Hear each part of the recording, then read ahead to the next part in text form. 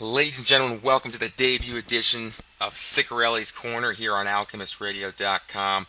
I'm Alchemist Radio host Mitch Ciccarelli, and we'll see if this thing becomes a success or I fall on my ass here, and this is just a one-off, deal. But basically, what I'm trying to do is, maybe weekly or monthly, just kind of break down all the hot topics in the MMA community, things that Brian and I don't get a chance to really talk about on the show because we do have a lot of fighters that we interview, and sometimes, it's tough to kind of talk about the stuff that's going on because we always have so many guests on. So this would be a way to kind of get some of it out. But I'm going to break down that light heavyweight division here today. Considering Rashad Evans' decision win over Dan Henderson last night in the main event of UFC 161. Wasn't the best fight in the world.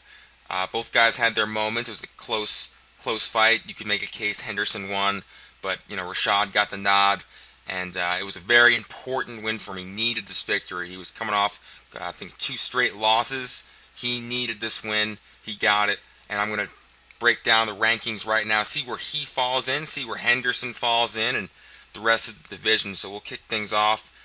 Of course, these rankings, I want to let the people know, these are not the official UFC.com rankings. I think you all know I'm not a very big fan of those rankings. I think it's a joke. I think the media that vote on them, no disrespect to all of them because I am friends with some of them, but there are a couple of guys that are in that group that are, let's just say, for lack of a better term, a bunch of bozos that don't know what the hell they're talking about. But that's a tale for a different story.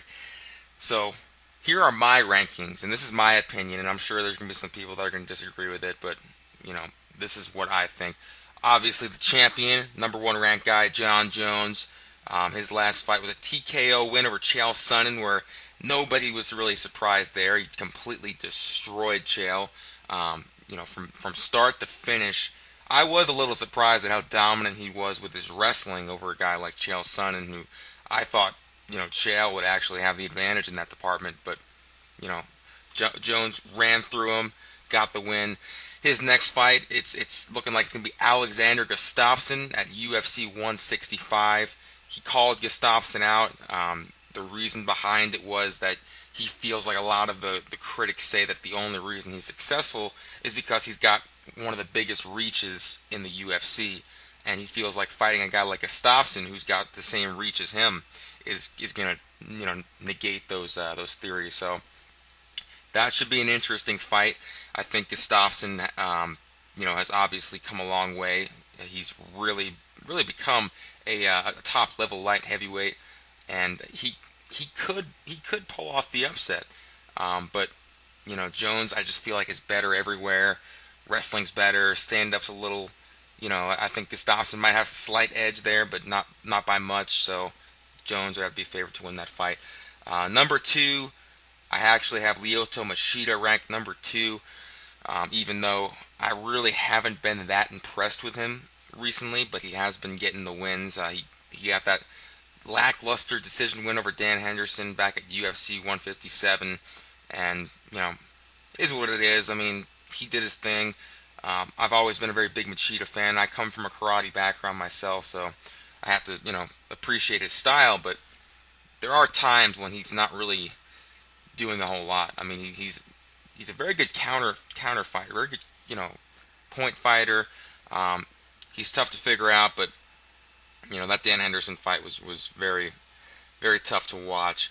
His next fight, he's got Phil Davis, UFC 163. Phil's ranked in here as well, and I'll show you where I have him ranked. But that one is interesting fight. Phil's got a great wrestling base, obviously, coming from his collegiate wrestling background.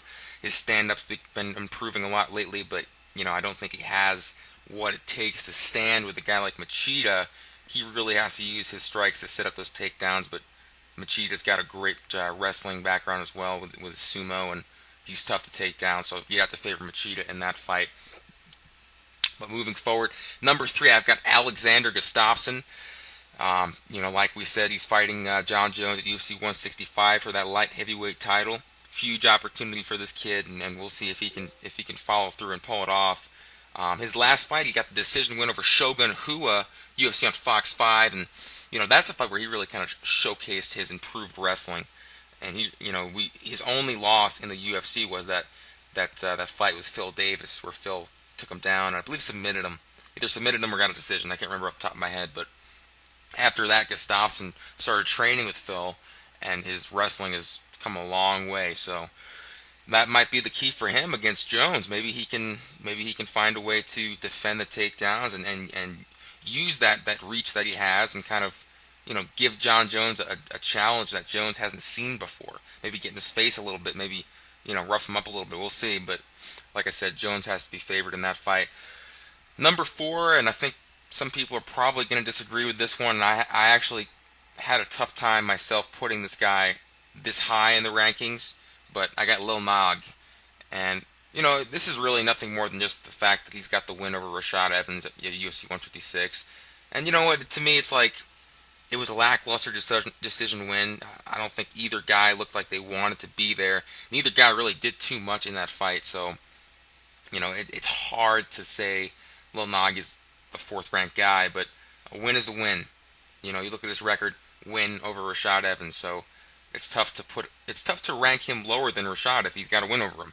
So that's really the only reason I have Nog ranked so high here. I know he's supposed to fight Shogun Rua, but unfortunately he got injured. That fight didn't happen, and we don't know who Lil Nog is going to fight next. I would actually like to see him and Gegard Mousasi go at it. I think that would be a fun clash of styles. You have Gegard, who's a really great striker. Lil Nog has good boxing. Lil Nog, obviously, jiu-jitsu black belt. Gegard, improving in those areas. So I think it'd be a good test for both guys, but really isn't a clear path for Lil Nog right now on who he's going to fight next. Number 5, I have Rashad Evans.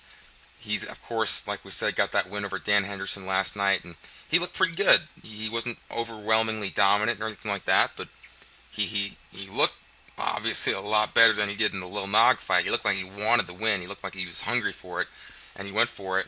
And Dan Henderson's a really tough guy to fight, and he had a great game plan.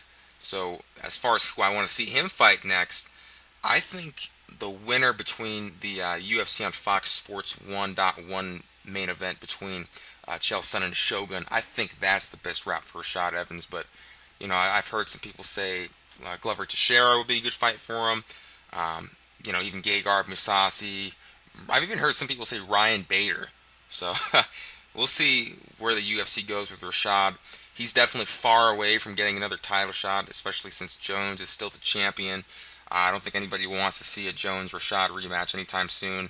But, if he wins a couple more fights and starts dominating again and starts getting these finishes, then he'll be right back up there.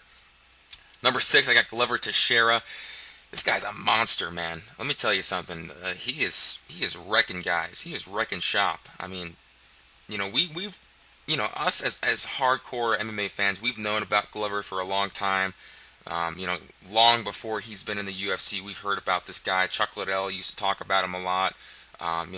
He was always somebody that was hyped up and somebody that should have been in the UFC, but just for whatever reason wasn't there. And then he shows up, and then he's knocking guys out. He's submitting them. He's beating top level competition. His last fight, he got that submission win over James Tahuna, UFC 160 guillotine choke. Before that, he got the decision win over Quentin Rampage Jackson, former light heavyweight champion. I believe he has like a 4-fight winning streak in the UFC right now, and he is very close to a title shot. He might not be ranked in the top 5 yet, in my opinion, but I think he's a little bit higher in the pecking order than somebody like Rashad Evans or Lil Nog when it comes to who's fighting for the title. I honestly think he would be next in line under Gustafsson for a title shot. As far as who I want to see him fight next, I think Thiago Silva. Could you imagine Thiago Silva and Glover Teixeira going at it? We actually interviewed Thiago on the show this past Wednesday night, and that was the fight. When I asked Thiago, I said, who do you want to fight next if it was up to you? Glover Teixeira was the first name that he mentioned. Actually, he was the only name. He's like, I think me and Glover would be a great fight. I'm like, you know what? I don't disagree with that at all. Number 7, Dan Henderson. You know what? I've always looked up to Dan Henderson. I love the guy. You know, can't help but admire, this man and what he's done in his career. 40 something years old and still kicking ass.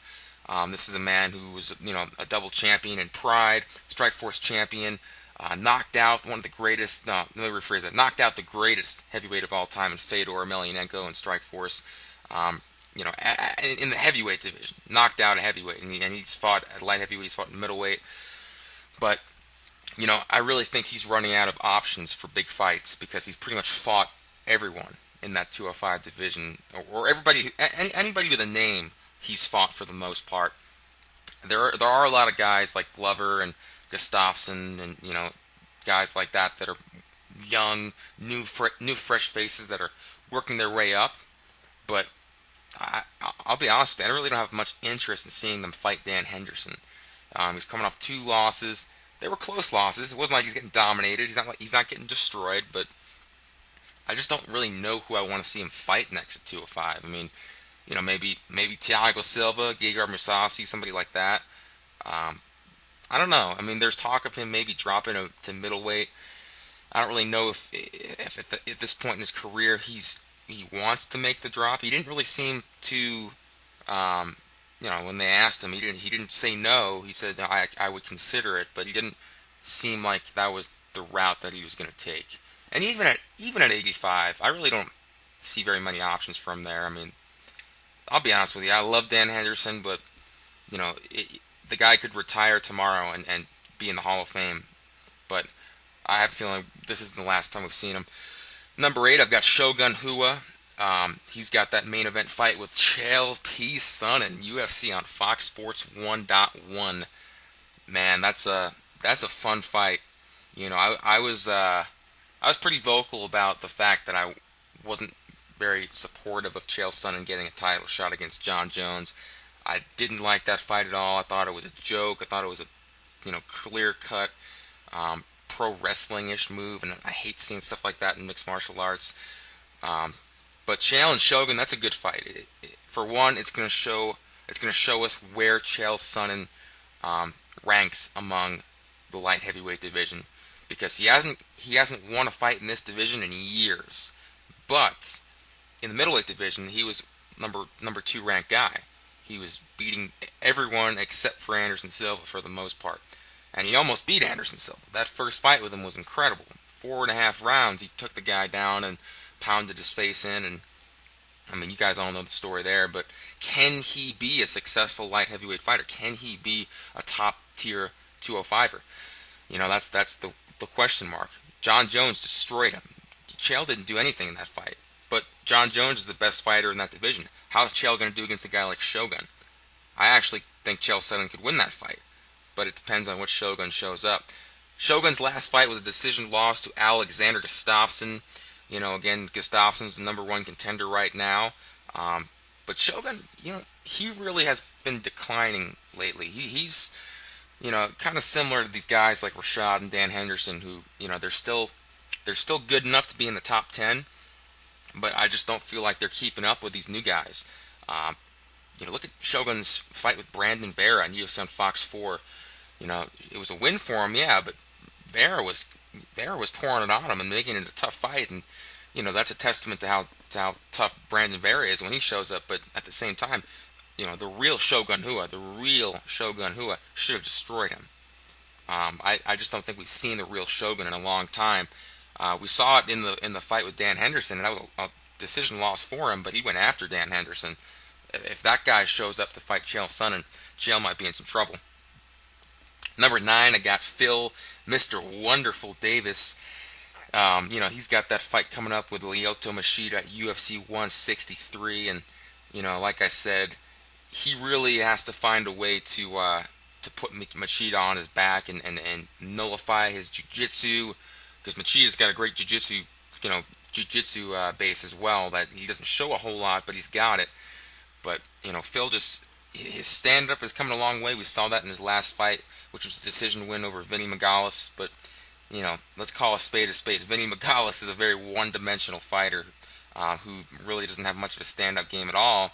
Great jiu-jitsu game, but I wouldn't consider outstriking Vinny Megales to be um, that impressive. But Phil did look better, at least more comfortable with throwing his strikes, throwing his punches, and but Machida's an elite striker. He's got that Shotokan karate background. He's so tough to figure out. His sweeps are just you don't even know what the hell the guy's gonna do. He's so unpredictable out there. Phil's got to either clinch him against the cage or put him on his back, do something. I hate to say it, he's got to make it a boring fight. He's got to make it a boring fight to beat Machida, and that's like it's not going to be that great of a fight unless Machida knocks him out. Number 10, this one I was kind of back and forth on whether to put Gegard Mousasi or Thiago Silva in that position. I ultimately decided on Gegard just because I think overall he's a better fighter. But Thiago Silva is a very dangerous man, and we saw that in his knockout win over Feijão Cavalcante. But I think moving forward, Gegard Mousasi is the more well-equipped fighter. He's the guy that, if you look at it in terms of who is better overall when it comes to technique, when it comes to everything, I'd say Gegard Mousasi. But his last fight was that decision win over Lir Latifi, who stepped in on really, really short notice when Alexander Gustafsson was not allowed to compete, which was complete BS because everybody knew he could have, but the commission over there wouldn't allow him. And long story short, this guy Latifi stepped up and got beat up for 3 rounds. Not the best fight in the world, but Gegard got the win there. We mentioned a couple of guys that I want to see Gegard fight. I said, Lil Nog, Rashad Evans I think would be good. Glover Teixeira even, Ryan Bader. A lot of guys, even Thiago Silva. So really, they could match him up with anyone in this division. He's got a long way to go as far as getting a title shot, but what he does have on his side is being a fresh face, being somebody that the champion hasn't fought yet. Jones is beating everyone in this division. He beat Rashad Evans. He beat Shogun Hua. Beating all these name guys. So that's why it's good that we have these fighters like Gustafsson, Glover, Mousasi that are working their way up there. Even Phil Davis that could potentially get a title shot. Even Daniel Cormier, who's talking about dropping down from heavyweight. So a lot of cool stuff coming in that 205 division, but I'll cut this short. This was the first episode of Ciccarelli's Corner, which sounds like it could actually be a pretty good pizzeria franchise too if I ever wanted to go down that route. But thanks for listening. Listen to us live on Alchemist Radio this Wednesday night, 5 p.m. Mountain Time, 7 p.m. Eastern Time.